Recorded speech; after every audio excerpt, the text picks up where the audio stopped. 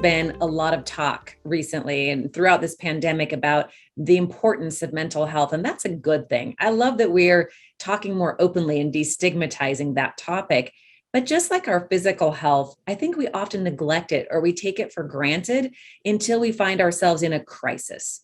Or maybe you think that mental health is for other people, sort of the way we offer up concern and thoughts and prayers for others who are battling a disease until we're the one that gets back a bad news diagnosis. We really do need to think, I think, a little bit differently about mental health and what we can do to build our health.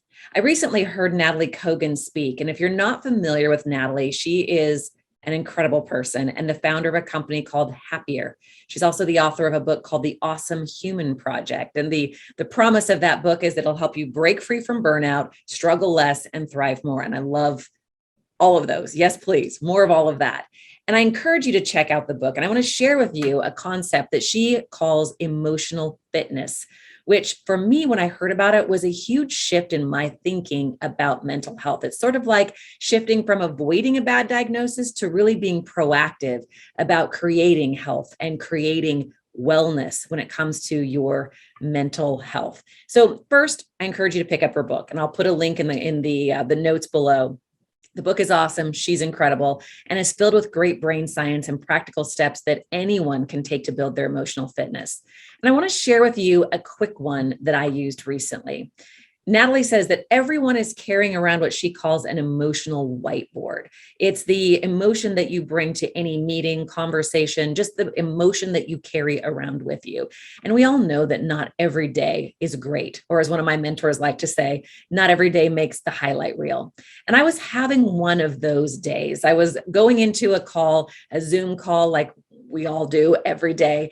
And I wasn't feeling great, but I was going to just tuck that away the way we also often do, right? And you think you're hiding it, but the reality is that we give off clues. We give off clues that we're just maybe feeling a little tense, a little stressed, a little unhappy. And if we don't disclose to other people what's going on with us, they can misinterpret it. And it's especially important as a leader when you're meeting with your team. If you're coming into that meeting carrying some emotional baggage or discomfort, they might misinterpret it as thinking that maybe they're the source of that.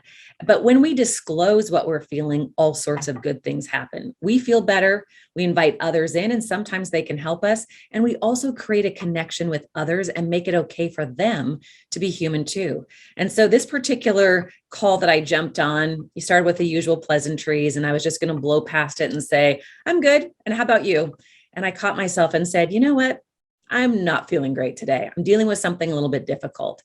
And the person on that other end of that call met me where I was, actually gave me some great advice and encouragement, and I left that call feeling better. Now, it's important to have boundaries, and sure, you don't want to disclose too much and burden people.